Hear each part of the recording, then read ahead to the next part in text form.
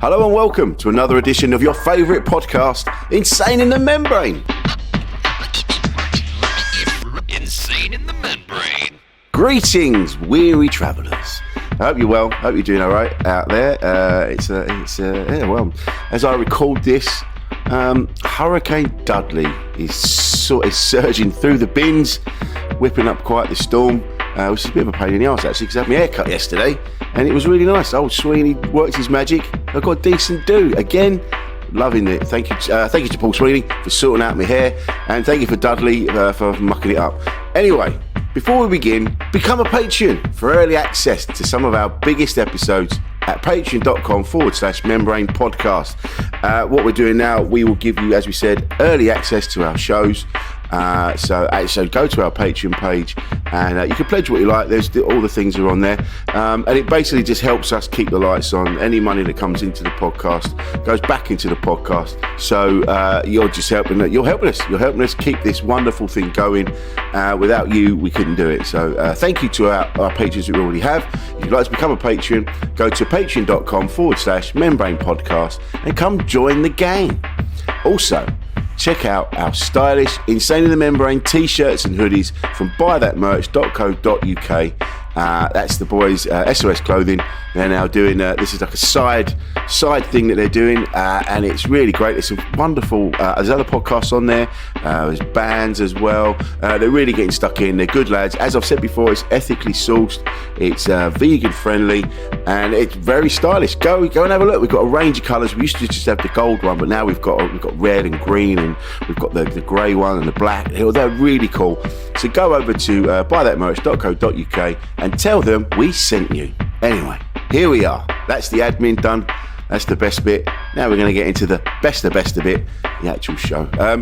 My guest this week, I kind of met. I think I met him. Sort of, I haven't been going in comedy very long, so I was a couple of years in. I can't remember where I met him, and I just was immediately struck by how sort of stylish he is. He's a very cool dude, Dorian Crook. And the more I got to know him over the years, the more I realised there's so many layers to him. He's done so many incredible things.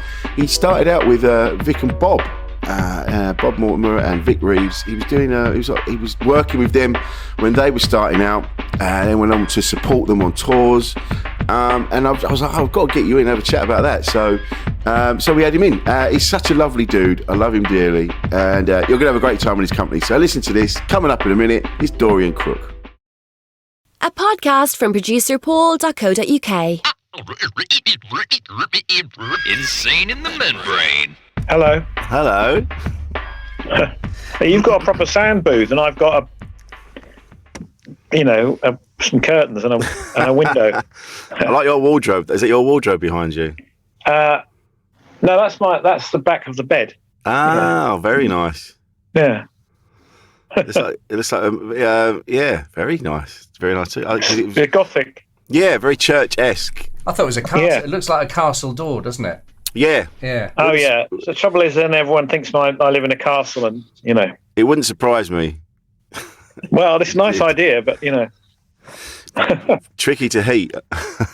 yeah, that's what puts people off, isn't it? Yeah, that's it. It's all the actual holes in the wall. This is it. This is what we do. There's no big introduction because we just do all that later on. Oh, okay. So we just have a bit of a chat. That's it. Oh, okay. So there we are. So it's actually talking of castles. I'm going to look at a Tudor house. 13th century house. Oh yeah. Tomorrow. To move to. Well, maybe. Really? I wanted to tell you about the telephone conversation with the estate agent. Okay. Do you want to hear that? Yes, I do. During the course of a 3-minute conversation, she informed me that none of the things I said, that she checked my address and she said no problem. Mm-hmm. Then she said, you want to view it at 4? No worries. She said no problem, no worries, 3 or 4 times.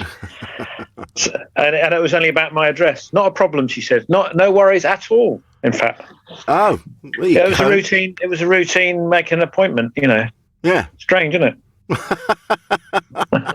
Well, you obviously got a great address. Well, I was glad that she wasn't upset about any of it. Well, can you imagine if she was? If she went, hang on a minute. Well, she's probably in the wrong job. Yeah. Because have you always lived in London? Most of my adult life, Right. Okay. apart from a year and a half in Barcelona. Very nice. What took you to Barcelona? Don't say a plane or a train. All right. I was working. Well, I went there first to improve my language skills in that neck of the woods, and then the second time I actually went to work in an airport. Ah, yeah. And use those language skills. All right. Okay. Yeah. So, can you speak Spanish? Yes. Very nice. Yeah. Ah, I'm always impressed by someone that can speak another language, because I could never pick it up. I tried when I was at school. I just couldn't do it. Yeah, it's funny, isn't it? How some things. I'm the same with things like DIY, where there's a lot of people who are very good at that, and I'm sure it's doable. Yeah. But it just the stats in terms of success just stack against me, and I think it's probably the same. I think it's to do with one's mind. In the same way that you could probably learn a language, and I could probably put a picture up. Something in our brains sort of doesn't allow it anymore. No. Whereas I found languages wouldn't say easy, but I found it enjoyable. I think that's what it was. So I didn't mind putting in the work. Yeah. I find it enjoyable now. I know more. I understand. But I can't necessarily speak any other language, but I can understand it. Yeah. Weirdly, and yeah. So I think, but when I was younger, I didn't see the importance of it, and now I'm like, I really wish I had. It's so important. Yeah. But I can. The thing is with me, I can do most things adequately. I don't really excel at any, but I can put a shelf up and I can fix things, and I'll get by. I've got, that's just, I always manage to be like, I've been skiing and I managed to get through it and I did it. Well, that sounds like more than getting by to me. You're running yourself. If you can put the shelf up and it doesn't fall down, that's not just getting by. That's succeeding, isn't it? Yeah, I suppose it is. There isn't there's no in between. It stays up. Getting by would be if it stayed up for maybe 3 weeks, the duration of a in-laws visit, shall we say. And skiing would be if you did it once and you thought, if I get to do it a second time, I'm probably going to break my leg. Yeah. And that would be, but I think in both cases, you've actually succeeded rather than getting by. So I think you run yourself down a bit there. What a great way to look at it. Well, it's often true of a lot of things, isn't it? At risk, without moving into the territory of arrogance, I think for many of us, it's often you need to, and we're talking about the brain obviously here, so it's nice, it's good to see, look positively. I know it's a bit corny, but it's often overlooked because it sounds too obvious and corny, that to be positive about things that maybe quite mundane, and so for me, for example, if I put a shelf up successfully because I've believed that it won't happen, I mean, I'd probably be, doing punch in the air and ringing people up.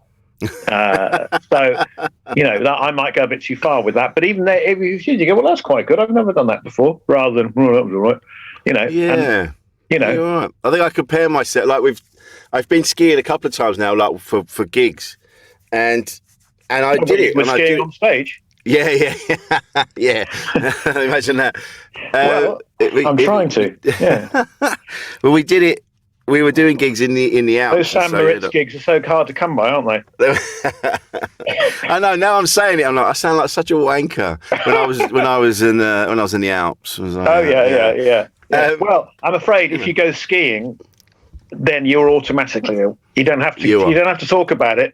You've automatically entered the box called wankers anyway. So that's it. Now you're now a wanker. That's it. We're allowed to say that, but we're allowed to say that. Obviously, yes. You can say whatever you like. Yeah. All right. It's our world. We say what we want. But yeah, I suppose I could. I just compare myself to there were children as young as 3. Just flying around like they were just born on the mountains, and I suppose you just compare yourself to that. You go, well, I managed to stand up. Maybe they were. To the bottom. Yeah, they probably were actually. You know, Yeah. not I bet everyone. they couldn't. I bet they couldn't put up a shelf. Well, quite no. But you mentioned aviation, Yeah. and you're a big fan of aviation. Yeah. Not just you love it. Well, you know, I was brought up amongst it because my father was a pilot, and then I went on to sort of inherit a bit of that, and then I got work in it, which was nice. Yeah. Over the years, you know, it's always kept me amused. Yes, the geeky side, you know, rather than the you know. Do you have a pilot's license? Can you fly? Yes, in fact, you said don't say you went by plane when you went to Barcelona. What you probably hadn't included when you said by train or plane was the possibility. I did actually go there, not by airliner, but once I flew myself there. That's brilliant. Yeah, I'm showing off now, aren't I? No, that's brilliant. I mean, if you're on the, because I worked there for a year or so, and I had to work quite hard. Didn't have much free time. I had a month off, and I mentioned to my people I was working with that I had access to this plane, and they went, "Well, you could fly yourself down, couldn't you?" I went, "Oh yeah, of course." When you said that sort of 8 times in the pub, then eventually you have to deliver. You got to do it. And then I did, and then the next year I drove there in a 45-year-old car. Oh, nice. So, because I thought, well, I've flown there now. What can I do next? It'll be a bit stupid. I know, go in a a vintage car that won't probably break down. I was going to say, did he? What was it? An MGB. Yeah. Very nice. Yeah. Which is one of the more easy to have. You know, it's not. I mean, it's not prehistoric, but it's still getting old now. Yeah. Yeah. Are they a little bit more robust than your average classic car? Yeah. Well, it's not so much that I think it's just because you can get parts and what have you. Right. So, although probably not in the Pyrenees, but you know, I had good backup. Oh, really? So, well, I mean, I've got someone back in England I could ring. All right. And he put a load of spares in the back. Yeah. For me, although obviously, given the previous conversation about practical skills, they were all in the back, but I wouldn't know what to do with them. So you know, just have just a box of Rice Krispies. Just might as well. To be honest. Yeah. How did you? That was probably in the gearbox. Yeah. How did you? When you would do it with your first ever, like, because you said like your dad was a pilot, so you were used to flying, I imagine. Yeah. But what was it like when you started to learn to fly yourself? That must have been terrifying.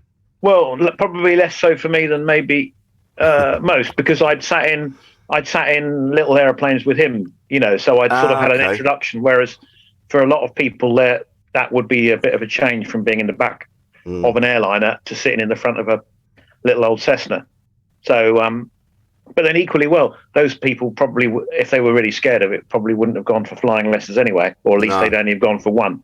But I did have a bit of a easy introduction.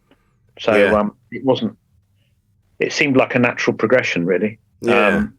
Although he wasn't an instructor, so it wasn't him that taught me. It was because I went into work in a job where they taught you to fly. So, yeah. Wow. But that was nice. Yeah, that was lovely. Well, but that's the thing about being in a little Cessna type plane. I remember being in New Zealand and we were taken up. We were in Kaikoura, and there'd been a bad earthquake, and the town got shut off. And so they flew us up so we could have a look at what had gone on and the work that they'd have to have done to unblock the access routes. And they don't tell you about when you're in these planes, it's like being in a car, like an old car. Yeah. It's so like the window was rattling a little bit, and you are literally, there's nothing between you and the ground. Well, and also for some reason they always seem to be the ones at the flying schools, or the ones that you can rent, are invariably older than most people would consider decent for a car. Yeah. Or unless you know, they're as old as what I'm talking about, the classic. So in a car, it's called classic, and you polish it. So my car is 74, but you're quite likely to encounter an aeroplane that's from that era if you go to a flight school or rental place. But they don't go, well, this is a classic. Well, mind you, the amount you're paying, it might as well be. It's just a plane that they've managed to keep going, and it seems to be the norm. Yeah, I remember going to see Henry Rollins and he was doing his spoken word tour, and he talked about he got I don't know if he got left behind in a small town on the tour bus or something happened, and he had to get from this small town to the gig, and he found this guy with this plane, this tiny plane, and he said, I need you to get me to this next town. And so they take off, and the guy was like being really low to the ground, and he looked over his shoulder, and the guy had a road map. Oh, and that's how he was. That's how he was. Well, it's not a bad system. No. I mean, if you're flying visually and you're not up in the clouds, then it's nice to have something to follow. Really, that's true. You won't get lost. Yeah. Well, do you know what? Saying that, there was a guy. He used to do comedy, and he had his pilot's license, and he was saying he was flying back from wherever, and he was in the fog, and then he suddenly realised he was actually heading towards. He was basically heading towards the floor. He didn't realise. What? Well, what's his name? Harry something. No, Harry Denford. No, it wasn't him. Because he had an airline pilot. He had an airline pilot's license, I think. Yes, and he had an old MiG in his garden or something. He said. Oh, I didn't know that. Yeah. But, so there was another one with a pilot's license. Michael. His name was Michael something. He was also a dentist. Oh. And he was telling me he was coming back in the fog, and he suddenly realised he didn't realise he couldn't see anything and was heading towards the floor rather than. And he had no idea. He got all disorientated. Yes. It has been, unfortunately, taken a few victims in light aviation. Really? So you just feel like... one of the main causes, actually, because airline pilots do that pretty much on a daily basis, because even on what seems to be quite a nice day, they probably have to go up through some cloud at some point. So they're constantly switching from looking at the ground to just relying on their instruments. And then usually at one end or the other, usually the English end, it will be horribly foggy. And they'll have to bring them. So that's bread and butter for them. But most sort of leisure pilots, should we say, tend to go on nice days, as you would, to show your mates view, and then occasionally get caught out. And so even if they've got some qualification in bad weather flying, they're not very practiced. No. And so if you look at the statistics, then it has been quite a common cause of light aeroplane. Really? Yeah. So you can't even feel it yourself that you're maybe in the wrong place. Brain, the brain stroke inner ear, I think it is not terribly. It's a bit slow. It's just not very good at. It's not very reliable, which is why you have to rely on you either fly like following the ground and roads or you completely concentrate on the instruments and you don't look out the window. If you try and do a half and half, then it tends to go badly wrong. Yeah, the inner ear is very slow to react. If they do a little demonstration when you learn to fly, they say close your eyes for a minute. This is with an instructor, and then hold the controls, see if you can keep it straight and level. And after a minute of believing you're inside your head, in your brain, of believing that, most people are in a spiral dive by the time. Yeah. Oh my God! So it's too unreliable if you haven't got any visual reference. Yeah. Oh wow! I had no idea. Yeah. So then, if you're inexperienced and you're getting those sensations, and your instruments say, "Oh, you're turning left," but it feels like you're turning right, which can happen, because you're more used to following your instincts. People have gone, "Now the instrument must be broken. I better go right," and then it ends badly. So, oh my God, have you had any? Well, I try and steer clear of bad weather if I can, but I have done some training in how to manage it if it happens. But I try and avoid it. There's someone else I know that's training. They're learning. They're getting their pilot's license now. And I saw that she'd put up the other day that they were practicing what happens when the engine stalls. Yes. And things like that. Oh yeah. Oh, fuck that. I couldn't. Yeah. The fact, even when I was reading it, I'm like, no. I mean, I know you have to, but maybe it's not for you. No, I'm scared of heights. So it wouldn't be. When I went up in that tiny plane in New Zealand, it was, and they did make a comment about weight. I'm like, all right, mate. Yes, well, yeah, you do have to, because they can't take too many. No. I was like, all right, mate, there's only 3 of us. But they were saying like, but I myself am quite happy not learning how to fly. Okay. I do like flying or being flown. Hmm. I wouldn't do it myself though. I don't think. It's funny actually, talking about accidents. We do a radio show on Islington Radio called the Tuned Up Time Machine. And we had John Denver on. We were talking about John Denver and what happened to him. And he was in a homemade, they built it themselves, this plane. Yes. But they put the fuel tank, it was behind him. So to switch from one tank to the other, the switch was behind him. So he ran out of fuel and then couldn't switch tanks, which meant he pancaked himself.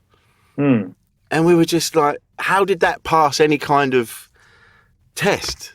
Someone must have had to come out. He's got to make it easy. Yeah, but it's like having a car. You have to have an MOT, and it has to be roadworthy. I'm not sure if you do. I think they have some exemptions for the home-built planes, maybe. I don't know. In America, there's some. They're quite. Yeah, I don't know. I mean, if you want to make it difficult for yourself, maybe you're allowed to. I don't know. Well, I don't understand why you would. No, it seems bizarre. Mind you, they don't have something like that. Should be easy. You know, yeah, so you can't get it wrong. Yeah. But I don't think they have MOTs and things like that in America. So. Oh, I don't know, but no, we don't know. No, we're talking about stuff we don't know about. Yeah. No way to do a radio show.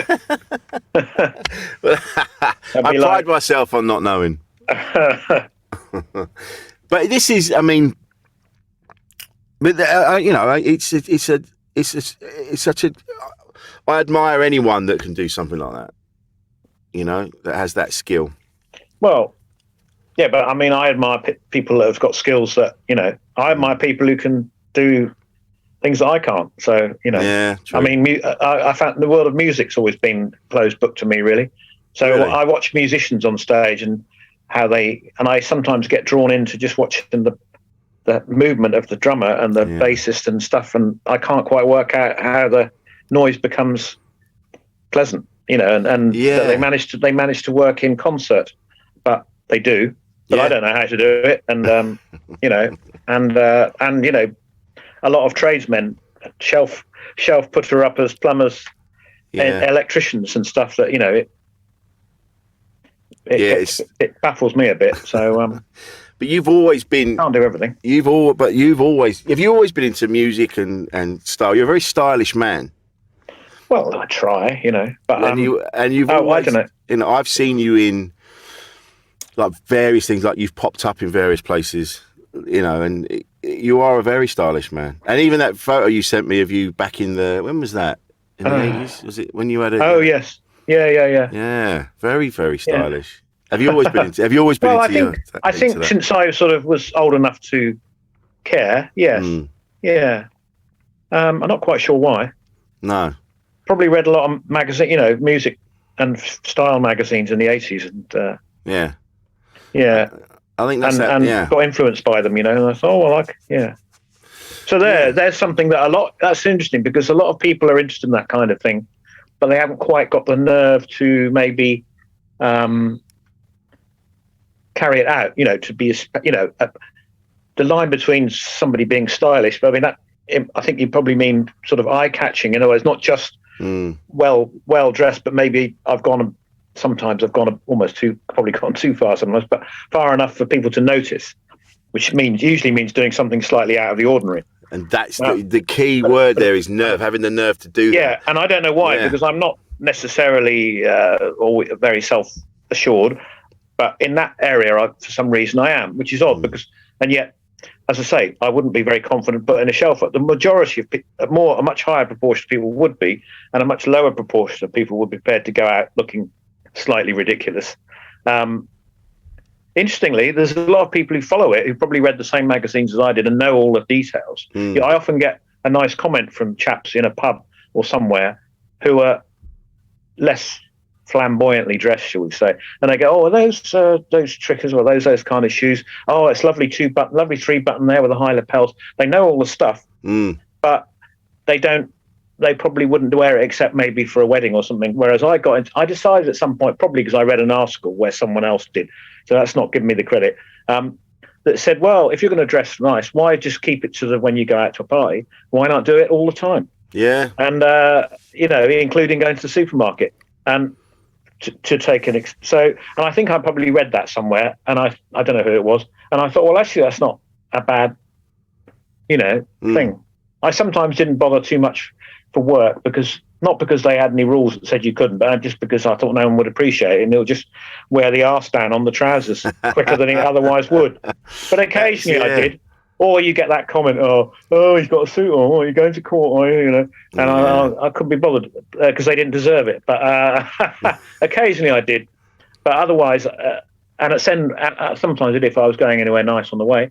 But then, and I suppose it involves having perhaps the time to do it. In other words, if you have a job that takes up every hour of your day that wouldn't benefit from dressing nicely, and you have to get up at the crack of dawn to get there, perhaps not. But I always had work, when I worked in aviation, I tended to work funny hours, so I often had a bit more spare, probably on the bit more spare time than most. In other words, I might not start till the afternoon, so I had time to get dressed. Or I'd finish into lunchtime and I'd come home and have a nap, and then I might go out, in which case I had time to dress myself and not come straight in the work gear. So I've been quite lucky in that, because you can't do it if you're working down the mines 10 hours a day, and then you're going to an art gallery opening afterwards. Unlikely. Is it? Or no? No, it's not. But you're not going to turn up in your mining gear, right? No, you're straight. I've come straight from work. You could, because someone would think it was performance art. So, yeah. Well, there is a lot of workwear being worn now. Yes, it's true. Mainly by people who don't work. They've never worked a day in their lives. No. But it's that key word, having the nerve to do that. That was the same as me. I read all the magazines, I read all the books, I loved all the fashions and all the details and stuff, but I never had the courage to wear it myself. I was always like, oh, that's what other people do, And now I'm a bit older. Now I'm a bit more. I do wear what I want to wear, and you get people asking, like they'll say, like, that's a bit of a bright colour, mate, and you go, well, why do I want to wander around in a bin bag? This is what I want to wear, Yes. Yeah. Also, the advantage as we get older, although I still did it a bit when I was younger and occasionally got a little bit of grief for it, but it's very unlikely that a young hoodlum on the street is going to taunt me now, because if you dress too flamboyantly, there's always the risk of someone choosing to dislike you and then thump you on the street. Yeah. In my 20s, perhaps, but I don't think your average street fighting man is probably going to be very interested in hitting me nowadays, because it wouldn't look very cool. No. So I think I might be exempt from all that. Yeah, maybe. I think it's other people. Well, as long as I think I am, that's fine, because that's what it's all about. If you feel safe, Yeah. But I think it's people, it's normally friends that will say that, and it's probably because they're a little bit, they'd like to be a bit more brave with their clothing choices. Yeah, I think it's that. Yeah, so I had yellow trainers on last night. I had a couple of people going, all right, mate. I'm like, well, they matched my jacket, and that's yellow as well. So I like yellow. It's having the nerve. I never really had the nerve. I remember when Bros came out, and we all wore Stars and Stripes shirts and the ripped Levi's. I did that, and even then, because I grew up in this town, Alpington in Kent, I felt so self-conscious. Yes, well, where you are, of course, does make a difference, doesn't it? Yeah. Yeah. But I think clothing is so important. It does make you feel better when you've got a decent suit on or a nice shirt. It all helps with your noggin. Yes. Yeah. Yeah. I agree with you. Yeah. How are you finding the chat now about mental health? I don't know if it's because I got older, but I think I'd probably worry more, and so I'm more interested in, possibly when I was a bit younger and I didn't perceive any particular difficulties, I might have been less interested, but that's a bit selfish, of course. But I think it's good, because I think it means that people who, even if they haven't got any particular problems going on, that they'll be much more sympathetic. Yes. And my experience is, it's not so much about the national. You're talking about the fact that it's in the papers and people talk about it on the radio and what have you more. Yes. Yeah, more people seem to be more open with how they're really feeling about things. Yes. I wonder why that. How long has that been going on? And I wonder why. But It is good. That's just something the media's picked up on, I suppose, or a few celebrity endorsements and that sort of thing. I think it was just. yeah. I think it was more. Yeah, I think people started to talk about the fact that life is pretty hard. Yeah, really. And people weren't. There was that. When I was growing up, it was. You can be whatever you want to be. You can do this. You can do that. You just got to apply yourself and that. And sometimes you just can't. You just don't have that in you because you feel shit. You feel sad, and that I think a lot of men. Suicide rates in men is ridiculous, and I think that's well, I imagine it's because Yeah, and you mentioned men in particular. I think have been certainly up until recently. The conditioning is that you don't emote about these things more. I think more so than women as well. Yeah. So but my experience has been when I've been a bit down, and I used to probably keep it to myself because of the conditioning. But in more recent years, I've told close friends if I said, just to explain if I'm not maybe the best company that night or whatever, and they go, oh, and I said, I've been able to worry about this. And he went, oh, I worry about that all the time, and quite often it just takes that little trigger for someone to tell you that they've had that problem. In fact, in most cases, I feel bad because usually they sound like they've had more difficulty than I have, and yet they've never mentioned it. And I think, well, why didn't you mention that to me? He said, oh, well, I mentioned it to someone else, or I mentioned it to my wife. But in most cases, they seem to have had more trouble than I have, or as much. So my only thing I draw from that is that with my very brief sample is that it's very prevalent. Yeah. Yeah, absolutely. But like you say, I think it comes from that. All our generations being told men don't cry, and you push that down. Yeah, you have to man up, and you have to be. You have to take care of business. And sometimes you're like, I feel like I'm holding on by my fingertips. Yeah. Even now, I can feel. You're like, yep, no, absolutely, and it mirrored. So I was reading a book about things like this, men's feelings and what have you, and it was mentioned a lot. The conditioning in particular, yes. And it's true. Yeah. Yeah. I think also there's also that kind of, that stiff upper lip kind of, there's, and there's like being, when I was in the mod kind of thing, when I was a bit more of a mod. And that was more. I approve of that. What a wonderful thing. And then the history of that, where mod came from. And then, looking, you had to look a certain way, you had to be a certain way. In that, you couldn't be. I don't remember yellow trainers being in that manifesto, but now this is now. You see, now we've evolved. I've taken that. I've taken the things I learned from mod and the things I learned from hip hop and the things I learned, and now I've got my own thing going on. Yeah, of course, that's good. That's good. And I'm only teasing, I'm only. No, cool. I know that. Yeah. But there is. But yeah, I mean, obviously. There's a guy that I know, Ian Moore, is a comedian and an author, and he's still a proper mod. Won't even wear denim. He's that. He's that. Yeah, into it. Like it's a religion to him. And but that that's how he is. He loves that. But there was still like you couldn't be a mod crying by the bins.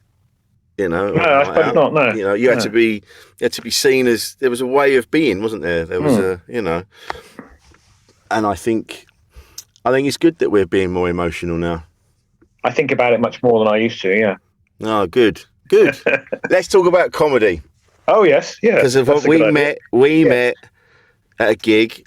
Yes. I can't remember exactly where it was. No, we can't, can we? No. Yeah. But I do remember us gigging together, and I remember thinking you looked brilliant, and you were brilliant, and then I didn't see you. No. Again. But you've had quite a career. Didn't you support Vic and Bob? Yeah, well, I wasn't I was involved with them, yes, and I used to do bits on the tours with them. I wasn't really a support actor. I was more of a helper out, and I came on and did. But I did little bits, the parts that weren't them. Yes, although I did the best. I did at one point. They were very generously. I'm not sure how I managed to persuade them, but they let me do the opening. I did a bit like that. I opened the second half of a national tour with I think 3 of my gags, and then they But then they came running on and booted me off and said, "Oh, what are you doing on? You're supposed to be in the pub next door." Oh, brilliant! Quite a nice angle. It Yeah. gave me an excuse to do about 10 seconds of my normal 15 or 20-minute act. So I was rather proud that I'd done it in every big theatre in the country. That's amazing. Yeah, I'm not sure. Sadly, I don't think it's recorded anywhere. But, That's a shame. You say you've only got. Well, I think there was some filming, like a DVD of the show, but I don't think I was in that. So I can't prove it unless you were there. Well, it's in Bob's autobiography. Is it? Don't you get a mention? Yeah. You get a mention in that, don't you? Yeah. No, that was good. I had a lot of fun, and they were very good to work with. They were good to me, really. I mean, they gave me quite a lot of support when I decided, because I only did little bit parts with them just because I knew them at the beginning. I hadn't really got any aspirations to do comedy. Right. How did you meet them? I'd worked in aviation and air traffic control for a while, and then I left and went for a bit and went to art college. Before I thought I'd better do it before I get too safe and steady, and I'd fancy doing it. And then I was doing a part-time course, and I met Jim. Yeah. In East London, Whitechapel. We were doing a part-time course together, and we were sort of bonded over. It turned out we had a mutual interest in airfix models as we were chatting in the student bar one night, and then and then we hung out, and he did art and music and stuff. And then one time, slightly to my surprise, he decided to do a sort of cabaret show. And so I think occasionally I got co-opted into sort of being the man behind someone behind a mask, or a bloke who dragged something onto stage or something ridiculous. Yeah. And I sort of got a bit of a taste for it. So I enjoyed being part of it, and I managed to sort of work in a little bit where I told a couple of jokes at some point. But that was a character called the Toff, who always got booed off, where the audience used to shout, I don't know if I'm allowed to say this, the audience used to shout out, "Fuck off, Toff," because I told Corn. Are we allowed to say that on Absolutely. radio? Absolutely. We had worse. That was it. It was like while they were getting changed, I would come on and do a corny line, dressed as a sort of drunken aristocrat. I'd do a bad gag, and then they would come on and boot me off, and the audience used to. There was a lot of call and response there in that. And so that particular groundbreaking piece of performance was not suitable for the TV show because of the swearing, and it kind of, the catchphrase was the most important thing. Plus, they did a 2.5 hour show or so at the theatre by then, and it had to go down to 28 minutes, so there was no need to keep that. So that's fine. But I think I'd got a bit of a taste of being on stage, although I hadn't really made a lot of effort. I hadn't written my own material, or I hadn't thought about it, and so but they gave me the taste of it, And so but because they'd done such clever things on their own, away from the normal comedy circuit, they created their own thing and their own stage show. They weren't part of that, the standard Jongleurs Comedy Store, look at Time Out listings circuit. So the idea of trying to present myself to that circuit was I was a bit unsure about that for a year or so, because I thought, well, that sounds a bit dull compared to what they were doing. Yeah. But I'm not as clever as them, or not as funny. I am not going to create some fantastical world and have my own stage show, because I'm not up to that. So eventually, because I bumped into an old school friend who was doing it, I did, with a slight reluctance, then go and do the stand-up circuit, and got stuck into it. So managed to get away with that for some time. So yes, that's how it all happened, and that was good fun. In fact, although I let it go for a bit, I think it's maybe time to dip my toe back in to that world we call stage. I think so. How about Limehouse in a couple of weeks' time? Yes. Oh yeah. Come down to that. You're on the poster now. You got to come down. Oh, yeah. Crikey. Oh well, I'll have to then. I'm going to send it to you. Yeah. Yes, I'd like that. Yeah. Yeah. Oh. I remember reading about Vic and Bob, and the story. It still makes me laugh now. When Vic was doing a show, I think it was in New Cross, and he was doing a show, and he had planks of wood strapped to his feet, and he was doing something called Tappy Lappy. Tappy Lappy, yes. And, I have a feeling Bob was watching that. Yes, I think they may have worn Brian Ferry masks whilst performing, if I remember correctly. Yeah, but yeah, Yes, because of course, when he started it, he was on his own. Vic Reeves Entertainment Express, Vic Reeves Big Night Out. Yes, and I think I did some things. I think me and my girlfriend pretended to be. Well, most people listening won't remember this. There was a talent show winners who became pop stars called Peters and Lee in the 70s. I remember that. So I think we pretended to be them. And then, yes, as you rightly point out, Bob came down and watched and was, drawn in and with great success. Yeah. So yeah, it was an interesting, fun time. Yeah. But, I mean, because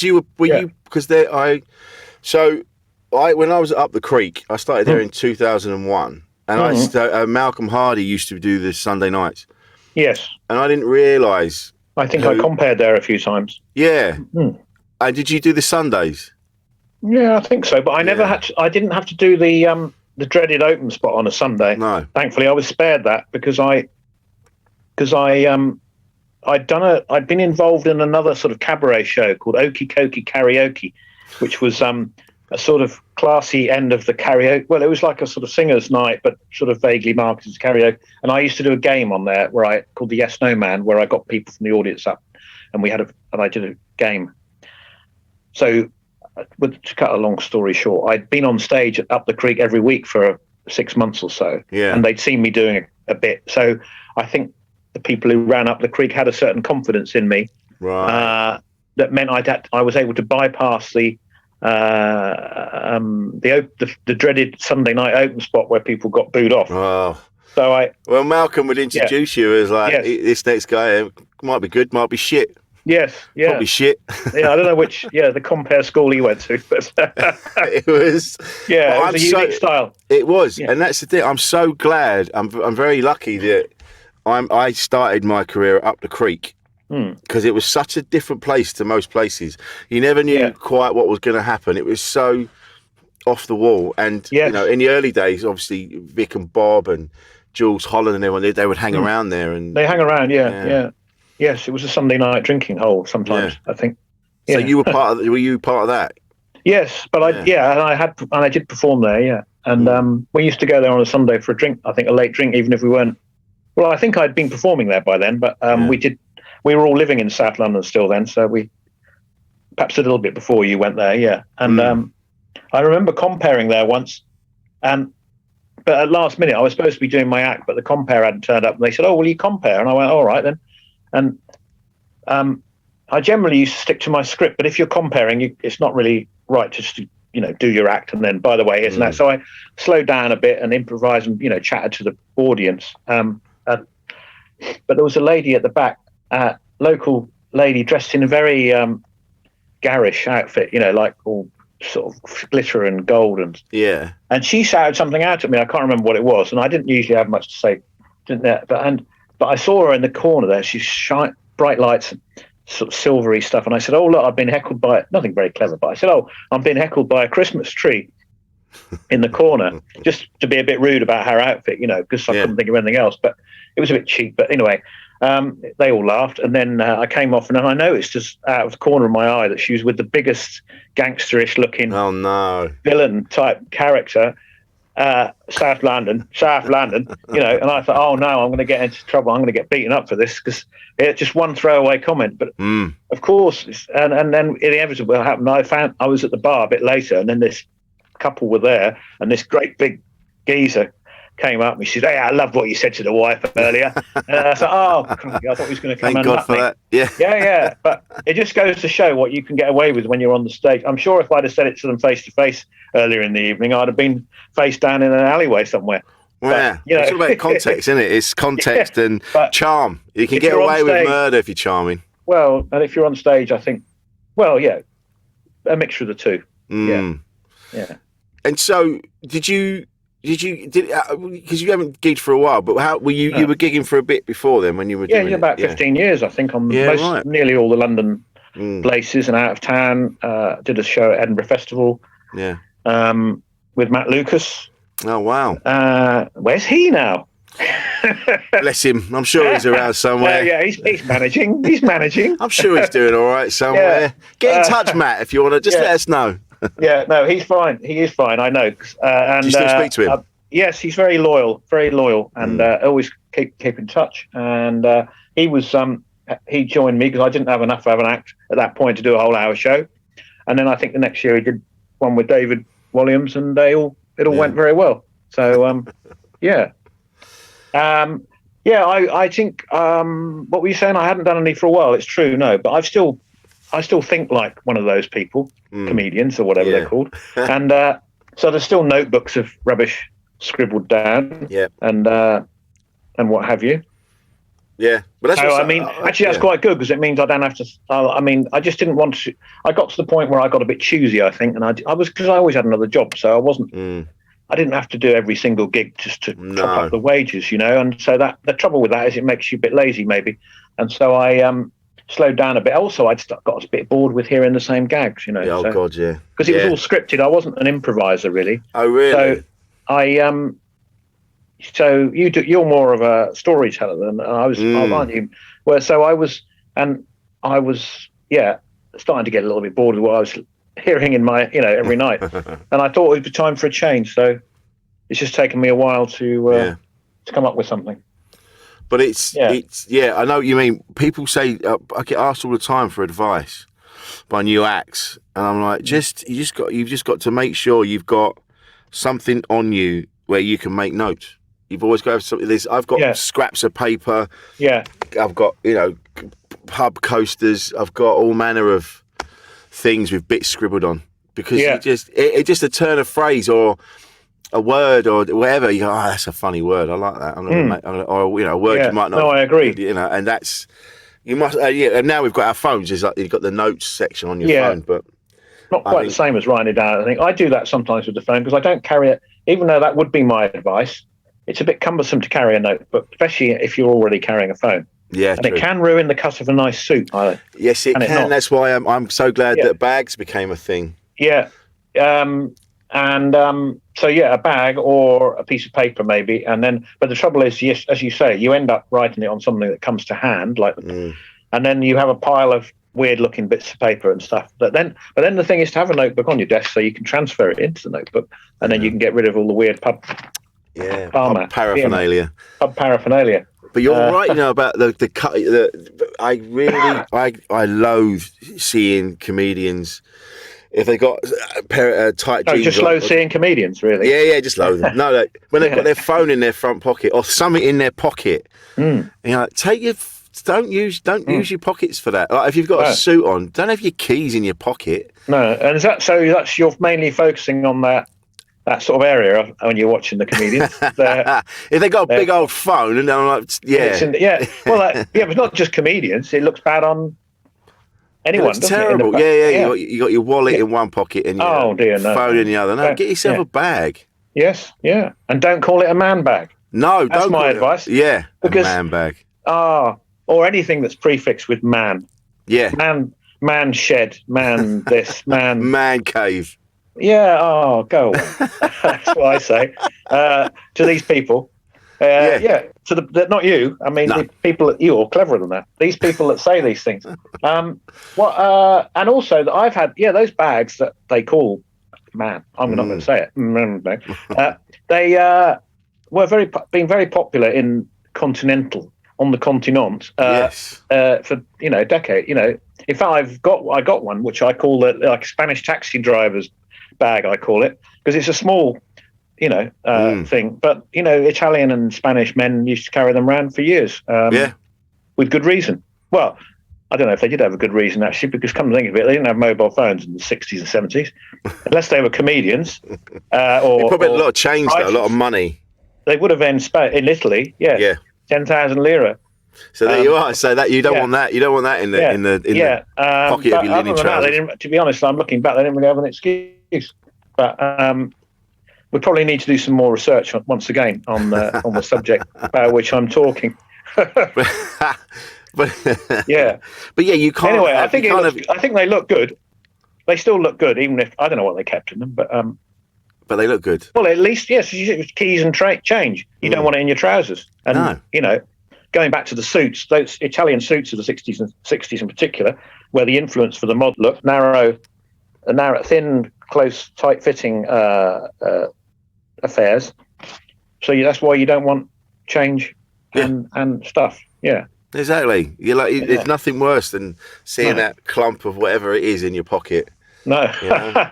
No, not that clump of whatever it is. No. Do you know what? I remember getting a suit and I was so pleased with it. And I remember telling people, look, I've got cuff buttons that undo. Yes.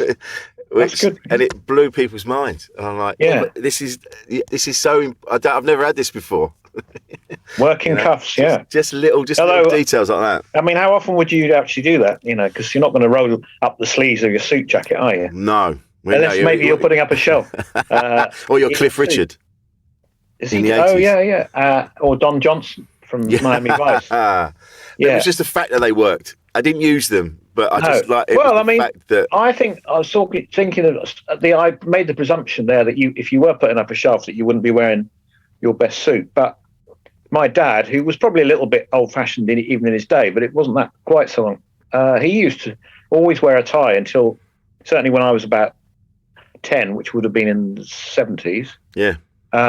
He wore a shirt and tie all the time. His only concession, if he was doing DIY, was that he would put on a V-neck, what do they call a V-neck tank top type thing, or a cardigan type. A V-neck jumper, as opposed to his suit jacket, because he was climbing up a ladder and putting creosote on.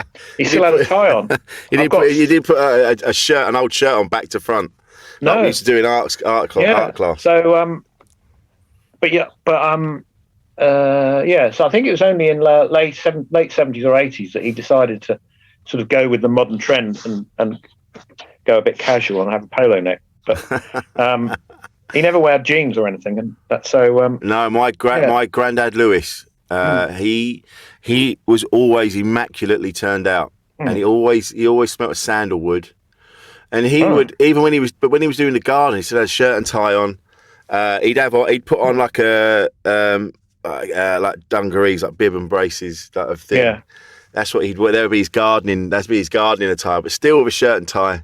Yeah, still with his immaculately polished brogues. And that's how he. That's for gardening. Yeah, but you see old photos of people. Yes, they look when they were 14 and they look 65 because they're all wearing suits. Yes. Yeah. I don't know whether those pictures will look. It'd be interesting to know. If one has a bit of nostalgia, as I do, and you look at old pictures like that, and now we all like them because they look a bit weird. But I wonder what. And eventually, so all the colour photos you've got in your family albums, they don't look so exciting because that looks too recent. But I suppose it's almost got to the point now. People put up their pictures in the 70s. They go, "Oh, look at the flares." Oh, yeah. And I suppose eventually, whatever people are wearing now will look like that. But it doesn't seem to be so homogenous. That because everyone seemed to dress almost the same then. So I mean, the men in the suits were, especially in a black and white photo, because you couldn't see the colour. I don't think there was a huge amount of colour range in the 50s and 60s, various shades of grey, but they weren't doing anything very flamboyant. So there was, I wonder what they'll look like now, puffer jackets and T-shirt. Well, there'll be a lot of logos. That'll be the... Yes. That'll be It's funny, though, when you look at... I went to the Lee Bowery exhibition a couple of weeks ago. Oh, yeah, in the chapel. Yeah. And when you imagine someone like him being around at that this is why I used to go to that club that he did you? He used to turn up at. Oh, not Taboo, the one that came after. It was in the same building, and it was virtually the same. But yes, wasn't Zap or Blitz? Was it Blitz? Zap? Were you part of that? I was a tail end of Blitz. I was a bit of an arrivist, a bit of a latecomer. Yeah, because I was living out of London. I hadn't moved to London at that point, so I don't think I would have been cool enough to have got in the first year. But I think by the time I turned up, they were letting anyone in. But it was something. It was on my want. I wanted to get there, and I liked all that, and I used to find it. But I felt I was a little bit not quite cool enough, at that point. But I managed to sort of. I could keep on working at it. You're also cool in your own way. But imagine someone... he was on a different level, I mean, there was no... Yeah. But someone like that, when you, like you just said, even when even like back in the 70s, you know, it all gone very. It was all very kind of, you know, like we had prog rock, and it was all very dark. It seemed dark and dingy. There was a lot of brown and orange, you know. And then so that's why punk was so shocking, because it was so the opposite to what was happening to people in everyday life. And then things like the New Romantics and that came from that was such a departure from the, you know, the greys and the blacks and the yes, browns, I liked you know, all that. yeah. I love all that. And again, it goes back to what you're saying about having the nerve.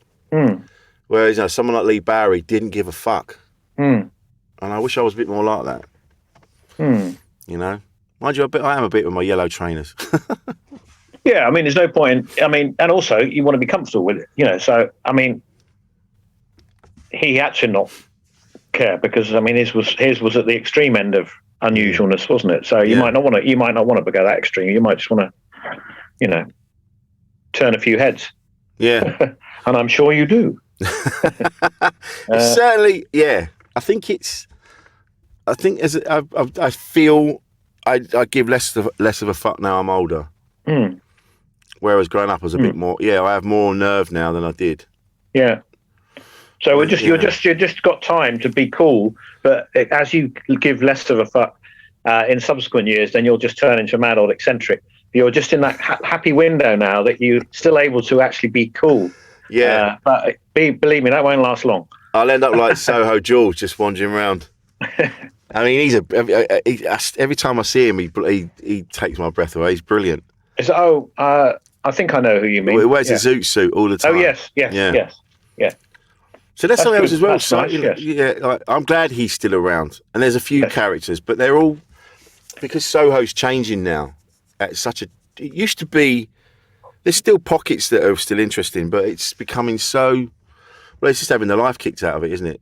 You know, those places, and well, everywhere. Yeah, which is a shame, because the people that are in charge of these places don't have any taste. No, you know, like developers and things like that. It's all about the money, and they don't.